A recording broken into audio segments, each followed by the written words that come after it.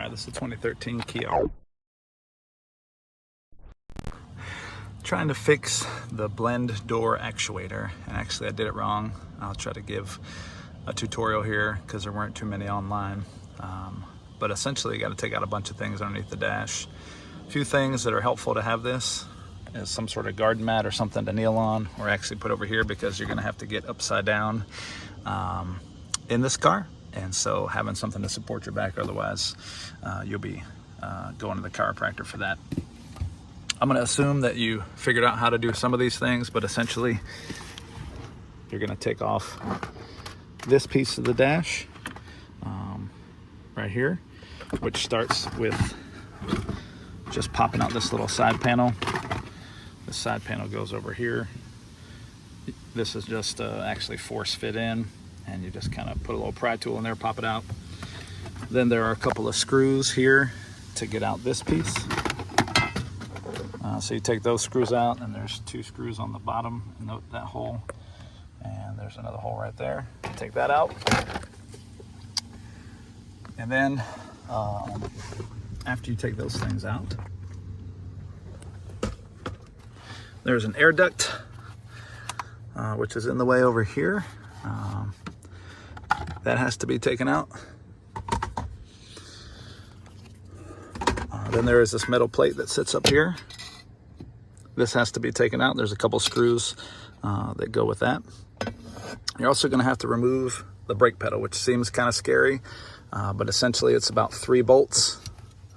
1 bolt up top here, 1 bolt on the side. There is an electrical connector there. And then you got to pop open this little piece right here on the bottom of the gas pedal and pop that out. That's going to give you enough room to get in this area. And let me just tell you, it is tight in there.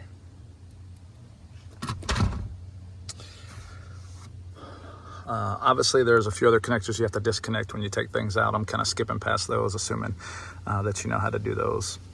I actually thought the problem on my Kia was the modes were not working, so it was always permanently stuck on defrost, and we heard a click, click, click, click, click underneath the dash.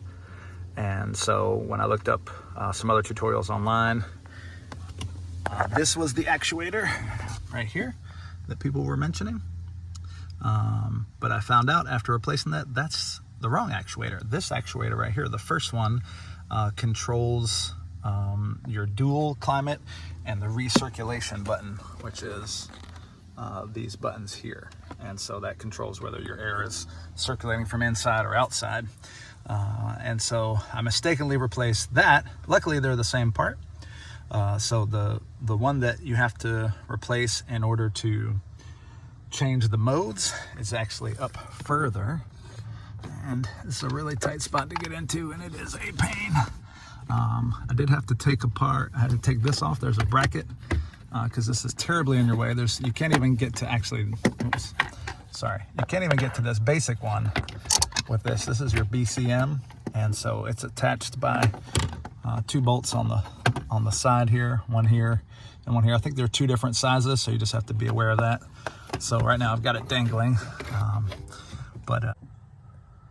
all right, another tip here for this BCM.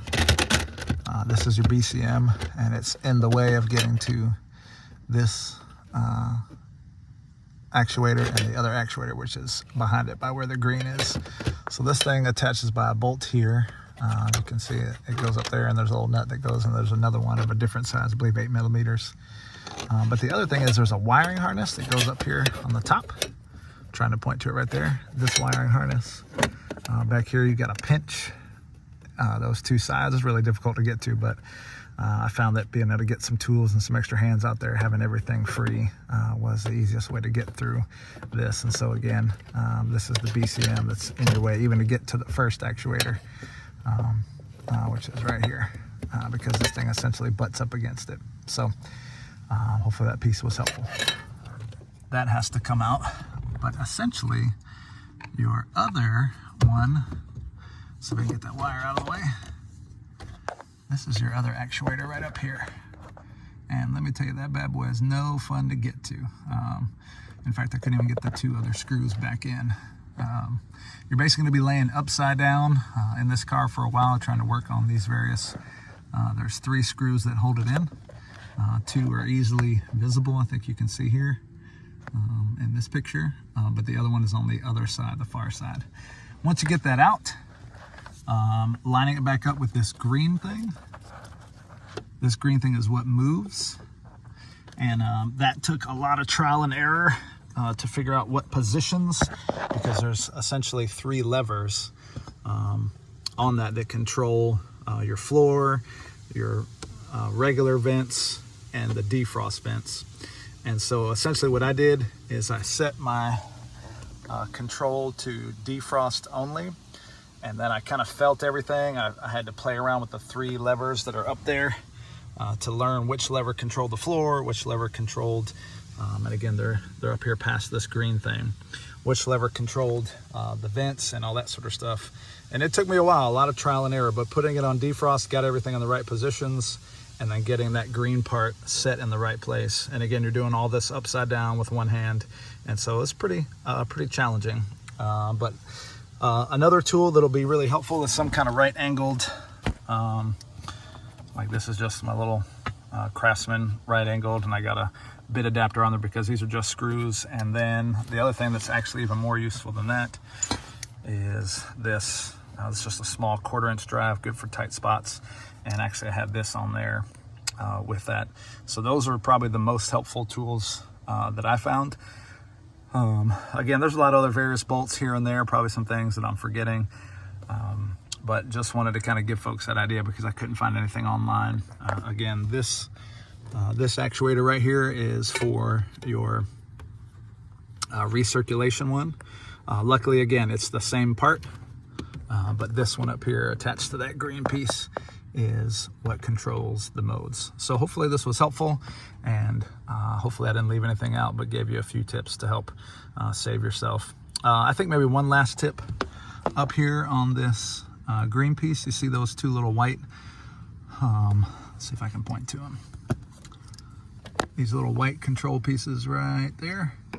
I ended up having to zip tie that because I just only had one hand.